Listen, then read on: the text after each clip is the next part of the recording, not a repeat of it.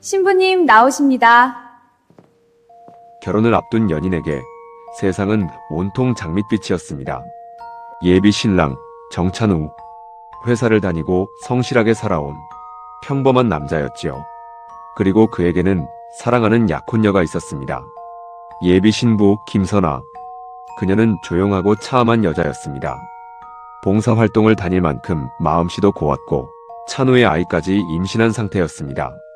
찬우는 그녀와 태어날 아이를 위해 자기 인생 전부를 걸고 있었습니다. 그런데 청첩장을 돌리기로 한 전날 밤, 선아는 연기처럼 사라졌습니다. 휴대전화는 꺼져 있었고 정돈된 집안 어디에도 그녀의 흔적은 없었지요. 경찰은 단순 가출을 의심했지만 찬우는 직감했습니다. 무언가 잘못되었다는 것을요. 임신한 몸으로 문자 하나 남기지 않고 사라질 여자가 아니었으니까요. 지옥 같은 수색이 이어졌습니다. 찬우의 눈은 핏발이 섰고 일상은 폐허가 되었습니다. 혹시 납치된 건 아닐까? 이미 차가운 시신이 된 건 아닐까? 매일 밤 잔혹한 상상이 그를 갉아먹던 어느 날, 경찰서에서 전화가 왔습니다. 김선아 씨 찾았습니다. 지금 여기 와 계십니다. 정찬우는 정신없이 경찰서로 뛰어갔습니다. 그리고 경찰서 안에서 고개를 숙이고 앉아있는 여자가 보였습니다. 선아야. 그 여자가 천천히 고개를 돌렸습니다. 그 순간 정찬우는 까무러치듯 놀라며 그 자리에서 그대로 주저앉고 말았습니다.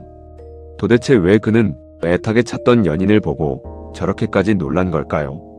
그리고 김선아는 왜 하루아침에 사라졌다가 이제야 나타난 걸까요?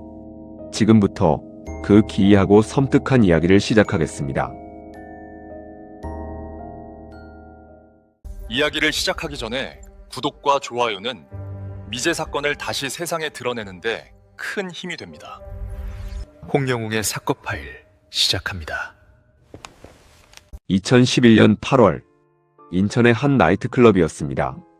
회사 동료들에게 반쯤 끌려 나온 정찬우는 시끄러운 음악 속에서 쭈뼛쭈뼛 서 있었지요. 춤도 못 추고 술도 잘 못 마시는 그는 구석 테이블에서 잔만 만지작거리고 있었습니다. 그때였습니다. 두 여성이 테이블 쪽으로 다가왔습니다. 그중 한 명이 자연스럽게 정찬우 옆에 앉았습니다. 김선아였습니다. 화려하지 않았습니다. 요란하게 웃지도 않았지요. 시끄러운 클럽 안에서 오히려 조용한 편이었습니다. 말투는 점잖았고 눈빛은 차분했지요. 정찬우는 자기도 모르게 그 여자에게 자꾸 시선이 갔습니다. 이 공간과는 어울리지 않을 만큼 단정하고 차분했습니다. 대화가 시작됐습니다. 알고 보니 김선아는 매장 관리 업무를 하는 직장인이었습니다. 주말마다 봉사활동을 다닌다는 말도 했습니다. 거창하게 자랑하는 게 아니라 그냥 자연스럽게 흘러나온 말이었기에 더 믿음이 갔지요. 가족과 사이도 좋다고 했습니다. 결혼에 대한 생각도 진지하다고 했지요. 그녀는 과장되지 않았고 꾸며낸 느낌도 없었습니다. 정찬우 눈에는 이 여자가 딱 그런 사람으로 보였습니다. 오래 사귀어도 좋을 사람, 평생 함께해도 좋을 사람. 그녀의 연락처를 받았습니다. 그리고 만남이 이어졌습니다. 김선아는 언제나 한결같았습니다. 약속 시간을 잘 지켰고 정찬우의 가족 이야기를 귀 기울여 들었습니다. 생색내지 않으면서도 세심했고 거칠지 않으면서도 단단해 보였습니다.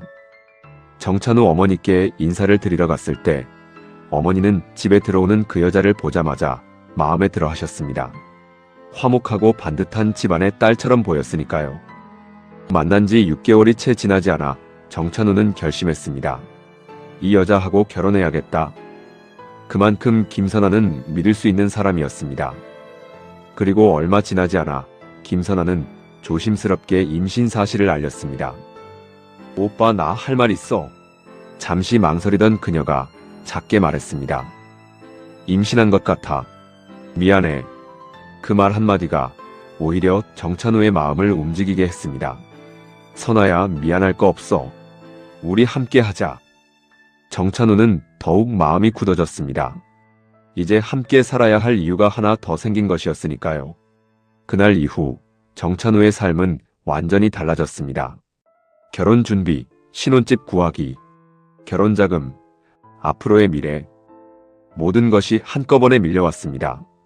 하지만 이상하게도 힘들지 않았습니다. 오히려 더 확신이 들었습니다. 지켜야 할 사람이 생겼다.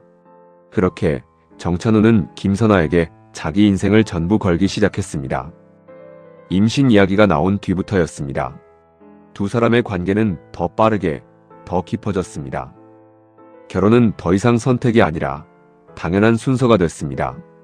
신혼여행지까지 일사천리로 정해버렸지요. 결혼식을 마치자마자 발리로 신혼여행을 떠나기로 했습니다. 그런데 결혼 이야기가 구체적으로 오가기 시작하면서 김선아는 조금씩 달라지기 시작했습니다. 처음에는 작은 것이었지요. 신혼집 이야기가 나오자 김선아는 특정 아파트를 고집하기 시작했습니다. 오빠, 내가 여기 살기 좋은데 봐둔 곳 있거든. 두 사람 형편으로는 무리인 곳이었습니다. 여기는 우리 형편에 조금 비싼데? 정찬우가 난색을 표했지만 김선아는 물러서지 않았습니다. 아이가 태어날 집인데 환경이 좋아야 하지 않아? 이 동네 아니면 안 될 것 같아. 말투는 부드러웠지만 태도는 단호했습니다. 오빠, 조금만 무리하면 돼. 우리 둘이 같이 벌면 금방 갚을 수 있어. 처음만 잘 시작하면 돼. 그녀의 말은 틀린 게 없었습니다. 틀린 것처럼 들리지 않았습니다. 정찬우는 대출을 알아봤고 카드론도 검토했습니다. 임신한 예비 신부를 실망시키고 싶지 않았으니까요. 그러던 어느 날이었습니다. 김선아가 조심스럽게 말을 꺼냈습니다. 오빠, 신혼집 계약금 먼저 넣어야 한대. 내 친구 은행 계좌로 보내줄 수 있어? 지금 내 통장으로 바로 못 받을 상황이라서. 정찬우는 잠깐 멈칫했습니다. 왜 친구 계좌인지, 왜 자기 통장이 안 되는 건지 물어보고 싶었습니다. 그런데 마주친 김선아의 눈빛은 불안해 보였고 그녀를 의심하고 싶지 않았습니다. 믿고 싶었습니다. 그리고 결혼을 앞둔 사람이 예비 신부를 의심한다는 것 자체가 왠지 미안하게 느껴졌습니다. 정찬우는 이체를 했습니다. 그 돈이 들어간 계좌의 명의는 박주하였습니다. 금액은 1억 5천만 원이었습니다. 입금 확인을 한 직후 김선아의 반응이 미묘하게 달라졌습니다. 말수가 약간 줄었습니다. 전화를 받는 속도가 조금 느려졌습니다. 얼마 뒤 정찬우는 카드 사용 내역서를 받아들고 멍하니 앉았습니다. 신혼집 계약을 위해 무리하게 끌어모은 돈이 이미 빠져나가 있었습니다. 그런데 계약됐다는 말은 없었습니다. 아파트 얘기를 꺼내면 김선아는 아직 진행 중이야 라는 말만 반복했지요. 그리고 그 무렵부터였습니다. 김선아의 연락이 조금씩 늦어지기 시작했습니다. 처음엔 하루에 한 번, 그 다음엔 2번에 한 번, 그 다음엔 아예 받지 않는 날이 생겼습니다. 문자를 보내도 늦게 답이 왔고 답장도 점점 짧아졌습니다. 만나자고 하면 이런저런 이유로 미뤄졌지요. 정찬우는 불안했지만 스스로를 다독였습니다. 임신 중이라 피곤한 것이겠지. 결혼 준비가 복잡해서 여유가 없는 것이겠지. 그렇게 생각하려 했습니다. 2011년 가을이었습니다. 어느 날 아침, 정찬우는 김선아에게 전화를 걸었습니다. 신호는 갔지만 받지 않았지요. 다시 걸었습니다. 역시 받지 않았습니다. 세 번째 시도에서 전화기는 꺼져 있었습니다. 처음엔 별일 아닐 거라 생각했습니다. 배터리가 나갔겠지. 잠깐 바쁜 거겠지. 그런데 저녁이 됐는데도 연락이 없었습니다. 다음 날도 마찬가지였습니다. 집으로 찾아갔더니 문이 잠겨 있었고 아무리 눌러도 인터폰에서 아무 소리가 나지 않았지요. 이웃에게 물어보니 며칠째 못 봤다는 대답이 돌아왔습니다. 정찬우의 가슴이 내려앉았습니다. 임신한 몸이었습니다. 뱃속에는 아이가 있었지요. 그런 사람이 연락도 없이 흔적도 없이 사라진다는 게 말이 됩니까? 단순히 연락이 안 되는 게 아니었습니다. 사람이 통째로 사라진 느낌이었지요. 정찬우는 2가지 가능성을 머릿속에서 지울 수 없었습니다. 사고를 당한 건 아닐까? 아니면 누군가 납치한 건 아닐까? 그때 정찬우는 떠올린 것이 있었습니다. 한 번은 김선아가 지나가듯 말한 적이 있었지요. 예전에 사귀던 남자가 있었는데 헤어지고 나서도 계속 연락이 왔어. 좀 무서운 사람이었지. 그 말이 갑자기 크게 들렸습니다. 혹시 그 남자 아닐까? 선아가 너무 그리워서 전 남친이 납치한 건 아닐까? 아니면 일방적인 이별에 앙심을 품고 무슨 일을 저지른 건 아닐까? 정찬우는 경찰서로 달려갔습니다. 실종 신고를 넣었습니다. 사람이 사라졌습니다. 그는 떨리는 목소리로 말했습니다. 임신한 상태입니다. 그 한마디에 경찰의 표정이 달라졌습니다. 경찰에는 전 남자친구 개입 가능성도 진술했지요.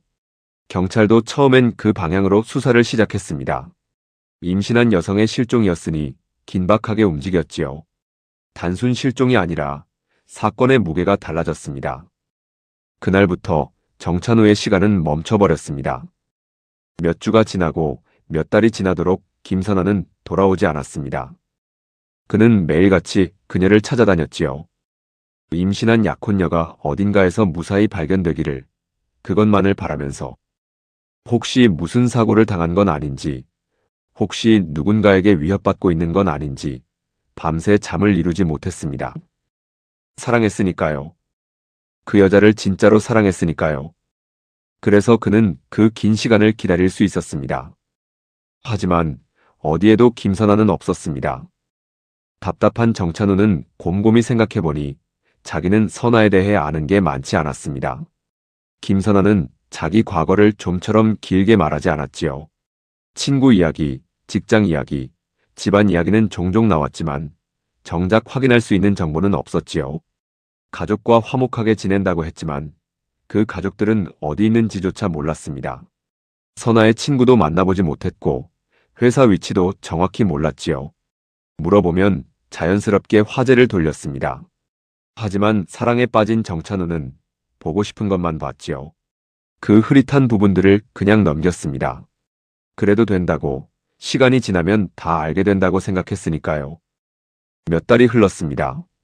그러던 어느 날 경찰서에서 전화가 왔습니다.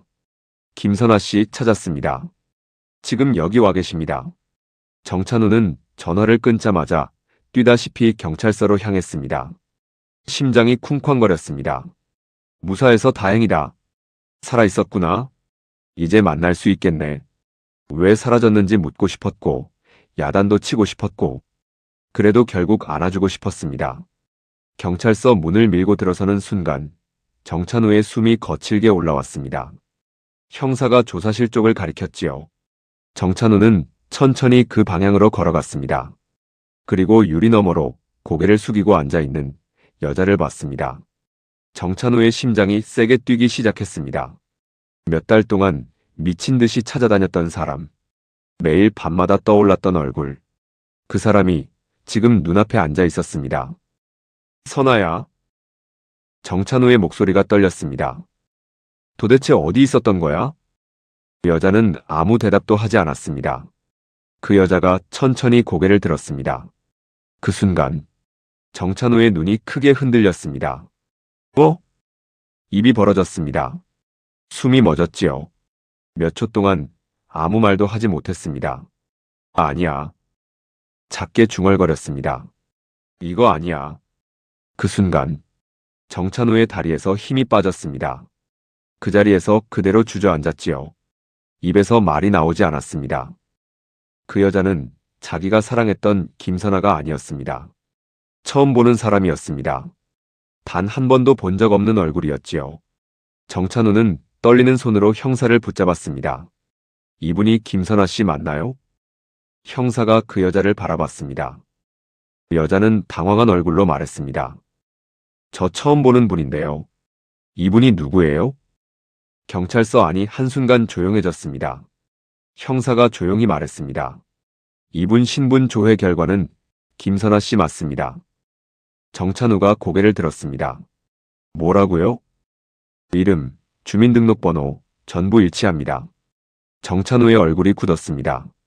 그 여자의 이름은 김선아였습니다. 생년월일도 김선아였습니다. 주민등록번호까지도 일치했지요. 그런데 얼굴이 완전히 달랐습니다. 같은 이름, 같은 생년월일, 완전히 다른 얼굴. 진짜 김선아는 이 여자였습니다. 정찬우의 머릿속이 혼란으로 가득 찼습니다. 그럼 내가 만났던 사람은 누구였지? 현실감이 무너졌습니다. 몇 달 동안 사랑했던 사람, 함께 미래를 그렸던 사람, 아이까지 가졌다고 믿었던 사람. 그 모든 시간이 한순간에 흔들리기 시작했습니다. 정찬우가 사랑했던 그 여자가 훔쳐쓰던 이름의 진짜 주인이 바로 이 사람이었던 것입니다. 누군가 이 여자의 신분을, 이름을, 생년월일을 통째로 훔쳐서 다른 삶을 살고 있었던 겁니다. 정찬우는 한동안 그 자리에서 일어나지 못했습니다. 6개월을 함께했습니다. 밥을 먹고 손을 잡고 결혼을 약속하고 아이 이름도 생각해봤습니다. 그런데 그 모든 시간 동안 그 여자의 진짜 이름조차 몰랐던 겁니다. 김선아는 가짜였습니다. 이름과 나이도 가짜, 주소도 가짜. 그 여자의 어떤 것이 진짜였는지 이제는 아무것도 알 수 없었습니다. 경찰은 곧 방향을 틀었습니다. 납치도 실종도 아니었습니다. 처음부터 실체가 없는 여자였습니다. 수사는 이제 전혀 다른 질문을 향해 달려가기 시작했습니다. 그 여자의 진짜 이름은 무엇인가? 그리고 왜 남의 이름으로 살았는가? 시청자 여러분도 아마 지금 같은 질문을 하고 계실 겁니다. 정찬우가 6개월 동안 사랑한 그 여자는 도대체 누구였을까요? 경찰서에서 돌아온 뒤 정찬우는 한동안 아무것도 할 수 없었습니다. 머릿속이 정리가 되지 않았지요. 내가 아는 김선아와 경찰서에서 본 진짜 김선아. 이해가 되지 않았습니다. 하지만 단 하나 확실한 건 있었습니다. 그가 만났던 김선아는 지금 경찰서에 있던 그 여자가 아니라는 것. 그럼 그 여자는 누구였을까? 정찬우는 다시 생각하기 시작했습니다. 마지막으로 남아있는 단서. 1억 5천만 원을 보냈던 그 계좌의 이름. 박주하. 정찬우는 곧바로 경찰에 요청했습니다. 박주하 이름의 계좌를 추적해주세요. 경찰은 1억 5천만 원이 들어간 박주하 명의의 계좌를 조사했습니다. 그 돈은 입금되자마자 빠르게 출금된 것으로 확인됐지요. 여러 번에 걸쳐 쪼개서 인출되었습니다. 마치 처음부터 그렇게 쓸 계획이 있었던 것처럼. 경찰은 이제 이 사건이 단순한 실종 사건이 아닐 수 있다는 걸 인지했지요. 수사는 방향을 바꿨습니다. 경찰은 김선아가 아니라 박주하를 찾기 시작했지요. 며칠이 지나고 마침내 박주하의 소재를 확인했습니다. 정찬우는 다시 경찰서로 불려갔습니다. 이분 맞습니까? 정찬우는 그 여자를 바라봤습니다. 또 아니었습니다. 이번에도 처음 보는 얼굴이었지요. 정찬우는 자기 눈을 의심했습니다. 김선아도 가짜였는데 박주하마저 가짜였지요. 계좌 명의인조차 엉뚱한 사람이었던 겁니다. 이 사람도 아닙니다. 조사실 안의 공기가 묘하게 가라앉았습니다. 그때였습니다. 박주하가 조심스럽게 입을 열었습니다. 혹시 그 여자 찾으시는 거예요? 정찬우와 형사가 동시에 그녀를 바라봤습니다. 혹시 그 여자 알아요? 순간 분위기가 바뀌었습니다. 누구입니까? 형사가 물었습니다. 박주하는 잠시 생각하더니 조심스럽게 말했습니다. 그 계좌를 사용하는 여자는 최수지예요. 또 하나의 이름이 나왔습니다. 정찬우의 머릿속이 더 혼란스러워졌지요. 박주하는 천천히 이야기를 꺼냈습니다. 몇 년 전으로 거슬러 올라갑니다. 박주하가 일하던 가게에 한 여자가 자주 들락거렸습니다. 부침성이 좋았고 말을 잘 들어줬습니다.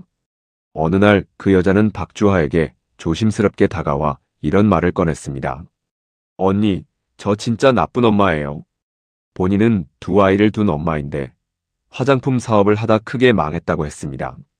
시댁에 빚을 지고 집에서 쫓겨났고 아이들 얼굴도 제대로 못 보고 있다고 했지요. 신용불량이 돼서 통장도 만들 수 없는데 아이들 학원비라도 보내주고 싶다고.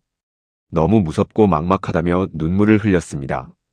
그 여자의 이름은 최수지라고 했습니다. 박주하는 마음이 약해졌습니다.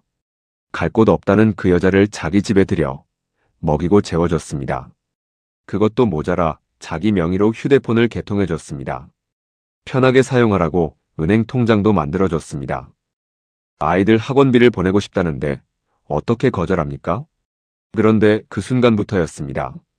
박주하의 이름이 범죄에 쓰이기 시작한 것이 최수지라고 자신을 소개했던 그 여자는 박주하의 명의로 휴대폰을 개통하고 통장을 만들어 사기 행각에 이용했습니다. 박주하는 나중에야 자기 이름이 이상한 곳에 쓰이고 있다는 사실을 알았지요. 박주하의 이름으로 돈을 받고 계좌를 만들고 사람들을 속였습니다. 선의로 내어준 이름이 누군가의 범죄 도구가 돼 있었지요. 정찬호의 손이 떨리기 시작했습니다. 그럼 그 여자는 박주하가 고개를 끄덕였지요. 이름도 다 거짓일 거예요.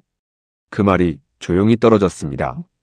정찬호는 머리를 세게 얻어맞은 것 같았지요. 내가 그 여자에게 완전히 속은 건가? 스스로의 멍청함을 탓하기 시작했습니다. 하지만 그 실수를 그에게만 탓할 수는 없습니다. 워낙 완벽하게 보였으니까요. 이 여자는 의심받을 구석을 아주 능숙하게 지우는 사람이었습니다. 무엇을 보여주고 무엇을 숨겨야 하는지를 정확히 아는 사람이었지요. 정찬호 앞에서는 김선아였습니다. 박주하 앞에서는 최수지였지요. 그리고 또 다른 누군가 앞에서는 또 다른 이름으로 살고 있었을 겁니다. 한 사람이 여러 개의 이름을 가지고 각각의 이름으로 각각의 삶을 살아가고 있었던 겁니다.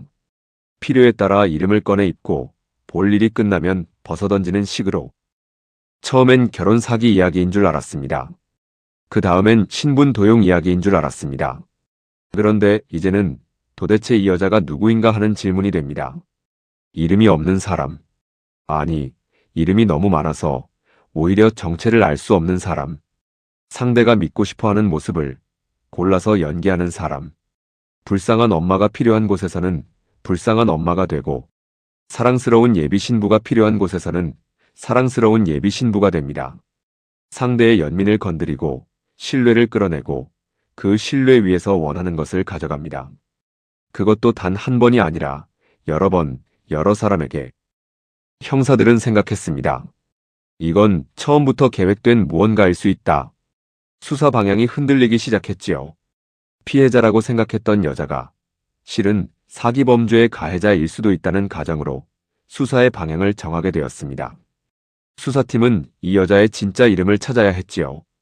박주하도 아니고 최수지도 아니고 김선아도 아닌 진짜 이름을. 그러던 중 그 이름은 전혀 예상치 못한 방식으로 드러나게 되었습니다. 2012년 8월 경기도 동두천의 한 경찰서였습니다. 새벽에 신고 전화가 한 통 들어왔습니다. 한 여성의 다급한 목소리가 경찰에 접수됐지요. 살려주세요. 이 남자가 저를 죽이려고 해요. 동거남에게 심한 폭행을 당했다는 여성의 신고였습니다. 출동한 경찰이 그 여성을 데리고 경찰서로 돌아왔습니다. 온몸에 멍이 가득하고 옷도 여기저기 찢겨 있었습니다. 경찰은 먼저 신분증을 요청했습니다. 여자는 말했습니다. 신분증을 안 가져왔어요. 그냥 신고 취소할게요. 경찰은 물러서지 않았습니다. 신원 확인은 절차였으니까요. 이름과 주민등록번호를 불러달라고 했습니다. 여자는 잠깐 멈췄습니다. 그리고 천천히 이름을 댔습니다. 박주하. 순간 경찰의 눈빛이 달라졌습니다. 경찰은 뭔가 이상하다는 느낌을 받았지요. 주민등록번호를 말할 때 그녀의 눈동자가 미묘하게 흔들렸습니다. 다시 말씀해 보세요. 여자의 눈이 흔들렸습니다. 말이 더듬어지기 시작했습니다. 박주하? 이상했습니다. 경찰은 조용히 지문 조회를 요청했습니다. 그리고 결과가 나왔습니다. 박주하가 아니었습니다. 지문이 가리키는 진짜 이름은 서춘하였습니다. 경찰은 그 순간 화면을 보고 굳어버렸습니다. 서춘하. 단순 사기 수배자가 아니었습니다. 이 여자는 존속살해 혐의로 수배 중인 피의자였지요. 부모를 살해했다는 혐의. 1년 넘게 도주 중인 지명 수배자. 조사실 안의 공기가 순간 무겁게 가라앉았습니다. 형사가 천천히 입을 열었습니다. 당신 뭐 하는 사람이야? 그 여자는 아무 말도 하지 않았지요. 그저 가만히 앉아 있었습니다. 눈빛 하나 흔들리지 않은 채. 그 순간 퍼즐이 맞춰지기 시작했습니다. 이름을 바꿨던 이유, 사람을 속였던 이유, 사라졌던 이유, 그리고 왜 이렇게까지. 흔적을 지워가며 살았는지 그 이유가 처음으로 모습을 드러내고 있었습니다. 서울 서대문 경찰서 강력팀으로 급히 연락이 갔습니다. 수학이 넘어 형사의 목소리가 달라졌습니다. 그 형사는 바로 이대우 형사였습니다. 경력 35년의 강력계 베테랑, 강도단, 마약단, 조직폭력배를 일망타진하며 잡아들인 범죄자만 1000명이 넘는 사람, 동료들 사이에서 범죄 사냥꾼이라 불리던 형사. 그런 그가 1년 넘게 찾지 못한 여자였습니다. 이제 그 실체가 드러났습니다. 정찬우가 사랑했던 김선아, 박주하의 선의를 빼앗아간 최수지, 동두천 경찰서에서 박주하라고 이름을 댔던 여자. 그 모든 이름의 끝에 있는 진짜 사람. 서춘아. 그 이름이 확인되는 순간 이 사건은 완전히 다른 방향으로 흘러가기 시작했습니다. 단순한 사기 사건이 아니었지요. 그녀의 이름 뒤에는 이미 한 사건이 붙어 있었습니다. 존속살해, 부모를 대상으로 한 살인 혐의. 형사들은 곧바로 과거 사건 기록을 꺼내 들었습니다. 그리고 그 안에서 이상한 공통점을 발견하게 됩니다. 서춘아가 있었던 자리마다 부모가 죽어 있었지요. 여기서부터가 진짜 시작이었습니다. 서춘아가 존속살해 혐의를 받게 된 경위, 그 이야기는 이렇게 시작됩니다. 2010년 9월, 서울 수유동의 한 주택가였습니다. 새벽 늦은 시각, 살려달라는 소리가 골목을 가르며 울려 퍼졌습니다. 살려주세요. 불이야. 창문을 두드리며 도움을 요청하는 엄마와 아이.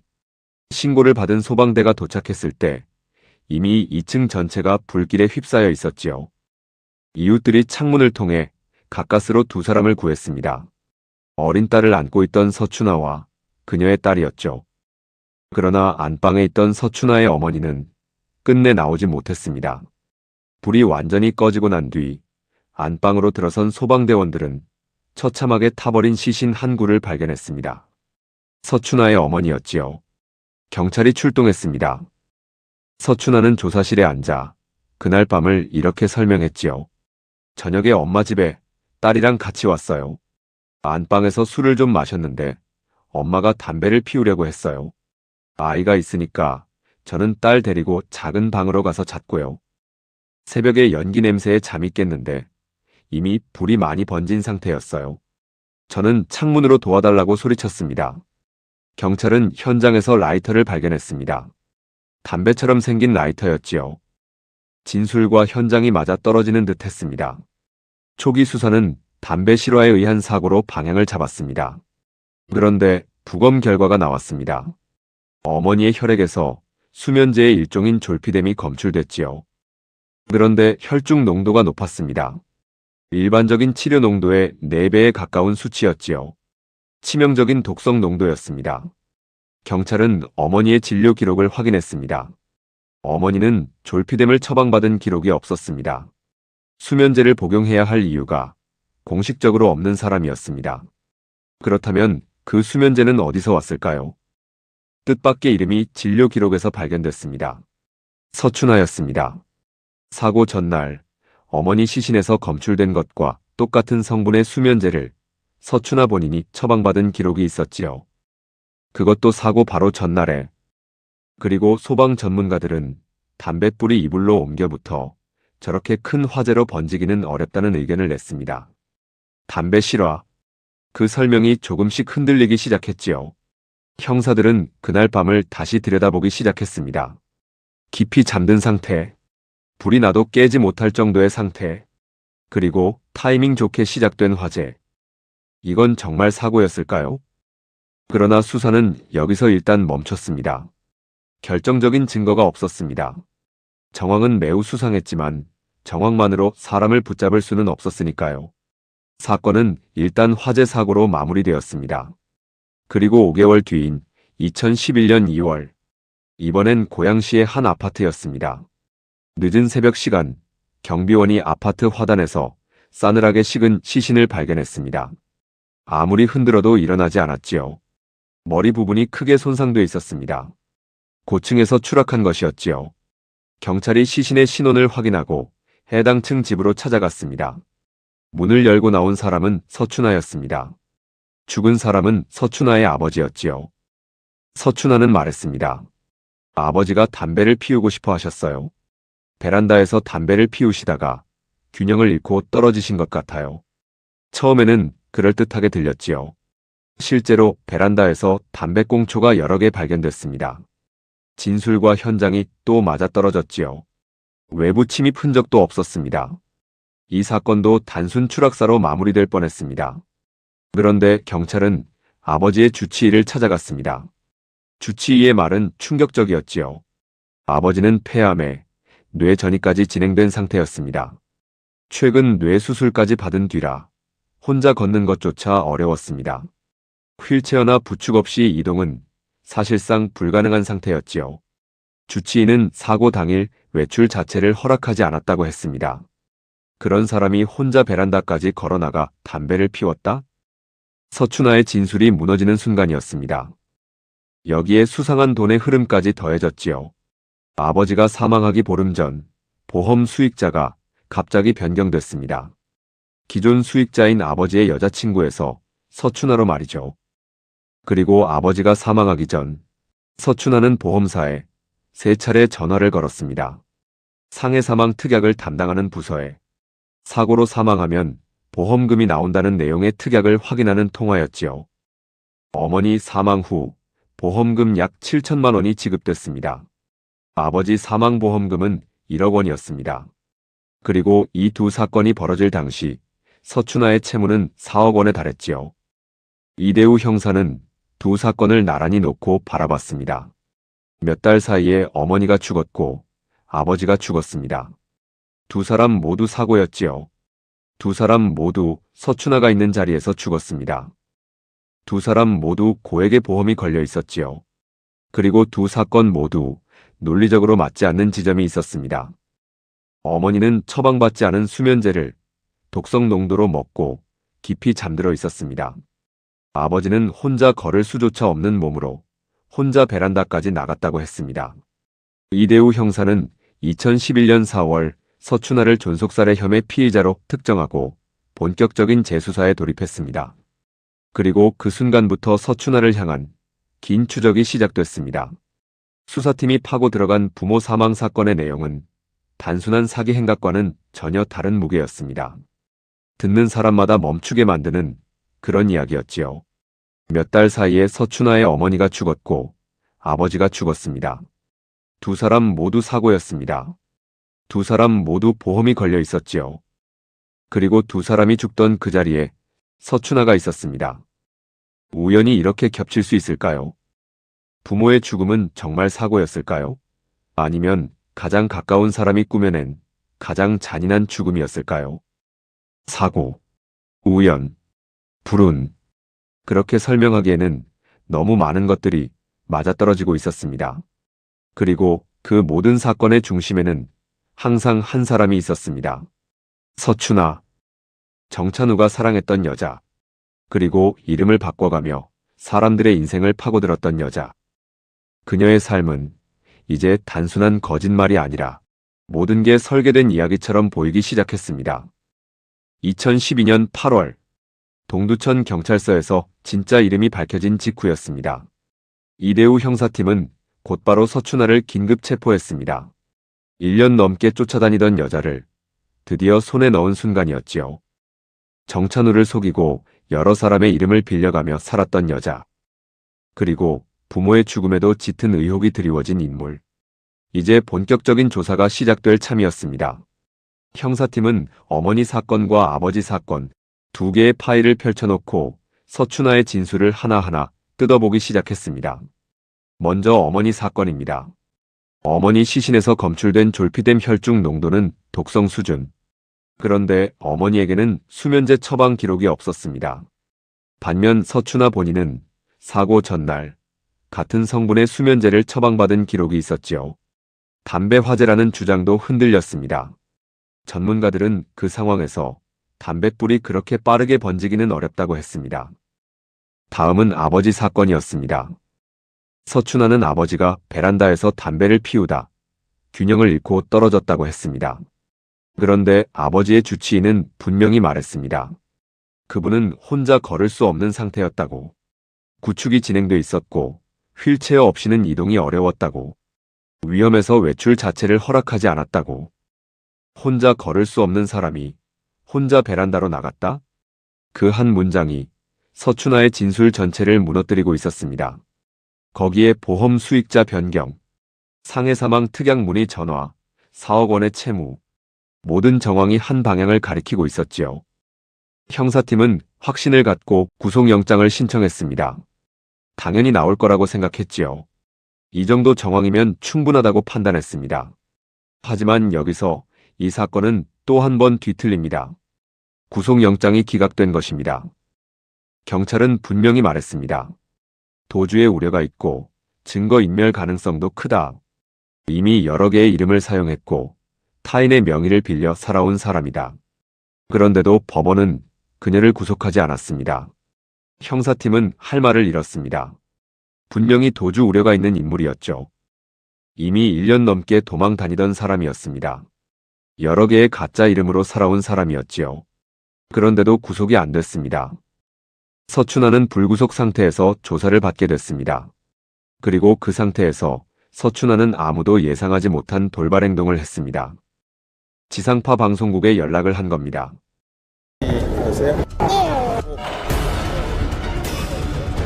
어떻게 불이 났는지 저도 모르겠는데 그냥 저는 소방사 결과가 담뱃불로 추정돼 그러니까 아 그래요 그런 줄 알았고 아빠 조사 결과도 일산 경찰서에서 사고사로 추정돼요 이렇게 나왔으니까 그런 줄 알았고 믿었으니까 경찰관분들은 그때는 아마 방송을 보신 분들도 있으시겠지요. 카메라 앞에 앉은 서춘아는 침착했지요. 오히려 억울하다는 표정이었습니다. 그녀는 이렇게 말했습니다. 어떻게 불이 났는지 저도 모르겠어요. 소방조사 결과가 담뱃불로 추정된다고 하니까 그런 줄 알았고요. 아빠도 조사 결과에서 사고로 추정이 나왔으니까 그런 줄 알았어요. 제가 부모님을 죽일 이유가 없잖아요. 시청자들은 흔들렸을지도 모릅니다. 저렇게 떳떳하게 카메라 앞에 앉아 억울함을 호소하는 여자가 정말 부모를 죽인 사람일까 하고. 그런데 형사팀에게는 한 가지 진술이 더 있었습니다. 서춘아와 함께 동거했던 남자의 진술이었지요. 그 남자는 어느 날 서춘아로부터 이런 말을 들었다고 했습니다. 내가 그랬는데. 소름 끼치는 말이었죠. 장난인지 진심인지 알 수 없는 말이었습니다. 그 남자도 처음엔 그냥 흘려들었다고 했지요. 그런데 시간이 지나면서 그 말이 자꾸 마음에 걸렸다고 했습니다. 심리 전문가들은 이렇게 분석했습니다. 범행을 저지른 사람은 무의식 중에 누군가에게 말하고 싶은 심리가 생긴다고. 그 남자에게 흘린 말이 바로 그런 무의식의 발로일 수 있다고. 이대우 형사팀은 모든 수사 결과를 최종 기소 의견으로 정리해 검찰에 사건을 넘겼습니다. 범죄 혐의가 있다는 의견을 마지막까지 강하게 피력했지요. 그런데 그 직후였습니다. 우려했던 예상대로 서춘아가 또 사라졌습니다. 검찰 조사를 앞두고 종적을 감춰버린 겁니다. 두 번째였지요. 불구속 상태로 풀어놓은 사이 그 틈을 타 도주한 것이었습니다. 사실상 두 번이나 신병을 확보할 기회가 있었습니다. 하지만 두 번 모두 놓쳤습니다. 이대우 형사는 나중에 이렇게 말했습니다. 제가 경찰 생활 35년 동안 많은 범죄자를 잡아봤지만 이런 여성은 처음입니다. 그 여성과 관련된 사람마다 안 좋은 일이 생깁니다. 그래서 이 사건을 놓을 수가 없습니다. 그렇게 서춘아는 다시 어둠 속으로 사라졌습니다. 김선아라는 이름으로, 최수지라는 이름으로, 박주하라는 이름으로 살아온 여자. 필요에 따라 다른 사람의 인생을 빌려 입고 볼 일이 끝나면 벗어던지는 여자. 지금 이 순간에도 어딘가에서 또 다른 이름으로 살아가고 있을지 모릅니다. 누군가에게는 또 다른 김선아로, 누군가에게는 또 다른 최수지로, 그리고 그 옆에 있는 사람은 그 사실조차 모른 채 그녀를 믿고 있을지도 모릅니다. 서춘아는 현재까지 지명수배 상태입니다. 아직 잡히지 않았지요. 이 사건이 더 분노스러운 이유는 서춘아가 교묘했기 때문만은 아닙니다. 그보다 더 납득하기 어려운 건 수사기관과 사법부가 그녀의 신병을 확보할 기회를 2번이나 놓쳤다는 점입니다. 이미 여러 개의 가짜 이름을 쓰고 있었고 타인의 명의를 빌려 도망 다니고 있었고 부모의 죽음에도 짙은 의혹이 드리워져 있었는데도 왜 그때 끝까지 붙잡아 두지 못했는지, 왜 그렇게 위험한 인물을 불구속 상태로 밖에 두었는지 저는 그 판단이 지금까지도 이해되지 않습니다. 2012년 8월 동두천에서 처음 신병을 확보했을 때가 첫 번째 기회였습니다. 이미 1년 넘게 가짜 이름으로 도주 중이었고 존속살해 혐의까지 받고 있었습니다. 그런데 구속영장이 기각됐습니다. 불구속 상태로 풀려난 서춘하는 뻔뻔하게도 지상파 방송에 나와 억울함을 호소했고 그리고 사라졌습니다. 두 번째 기회에도 구속영장은 나오지 않았습니다. 저는 그 판단이 지금까지도 이해가 되지 않습니다. 전 남편을 살해한 고유정은 얼굴과 이름이 공개됐습니다. 계곡에서 남편을 죽인 이은혜도 신상이 공개됐습니다. 그리고 부산에서 자기 또래의 여성을 살해하고 신분을 훔치려 한 정유정. 그녀 또한 남의 신분을 훔치기 위해 살인을 저질렀던 여성이었습니다. 피해자 여성을 잔인하게 없애고 사체는 유기해버린 여성이었지요. 어쩌면 이번 사건하고 가장 비슷한 유형의 여성이 아니었나 하는 생각이 듭니다. 이런 정유정의 신상 또한 공개되었습니다. 모텔에서 남성들을 잇따라 숨지게 한 사건의 피의자 김소영도 마찬가지였습니다. 심지어 김소영은 불구속으로 수사하는 과정에서 또 한 명의 희생자가 그 틈에 발생이 되어 안타까움을 더 크게 샀지요. 미리 구속을 했었다면 한 명의 추가 희생자는 발생하지 않았을 테니까요. 이렇듯 사회적으로 큰 충격을 준 사건들은 얼굴이 공개되고 대대적인 수배가 이루어졌습니다. 그런데 서춘하는 무엇이 다릅니까? 자기 부모의 죽음에 가장 짙은 의혹을 받는 인물입니다. 어머니가 죽은 자리에 있었고 아버지가 죽은 자리에도 있었습니다. 몇 달 사이에 부모 두 사람이 모두 세상을 떠났고 두 사람 모두에게 보험이 걸려 있었습니다. 고유정이나 이은혜보다 더하면 더했지 덜하지 않은 혐의입니다. 그런데 지금도 대중은 그 얼굴을 제대로 알지 못합니다. 신상을 공개하지 않기 때문이죠. 사실상 숨어 살 수 있는 시간을 벌어주는 꼴 같습니다. 인권을 보호해야 한다고 합니다. 맞는 말이지요. 그러나 저는 묻고 싶습니다. 도대체 누구를 위한 인권입니까? 선량한 사람의 이름을 훔치고 그 선의를 짓밟고 가장 가까운 가족의 죽음에까지 끝없는 의혹이 따라붙는 인물을 계속 가려주는 것이 과연 정의로운 일인지, 그 인권이 또 다른 피해자가 생기는 것보다 먼저 보호받아야 하는 것인지 저는 그것을 묻고 싶습니다. 서춘하는 지금 이 순간에도 어딘가에서 다른 이름으로 살아가고 있을 수 있습니다. 또 다른 누군가의 연민을 건드리고 또 다른 누군가의 신뢰를 빼앗고 또 다른 누군가의 삶을 무너뜨리고 있을지 모릅니다. 그래서 저는 이 사건이 아직 끝나지 않았다고 생각합니다. 이제라도 얼굴과 신상을 더 적극적으로 공개하고 사실상 공개 수배에 준하는 수준으로 끝까지 추적해야 합니다. 그래야 또 다른 정찬우가 생기지 않고 또 다른 박주하가 생기지 않을 테니까요. 그리고 기억하십시오. 이름이 아무리 바뀌어도 진실은 언제나 그 자리에 있습니다. 홍영웅의 사건 파일. 오늘 이야기는 여기까지입니다. 구독과 좋아요는 이런 사건들이 세상에 드러나도록 하는데 큰 힘이 됩니다. 시청해주셔서 감사합니다.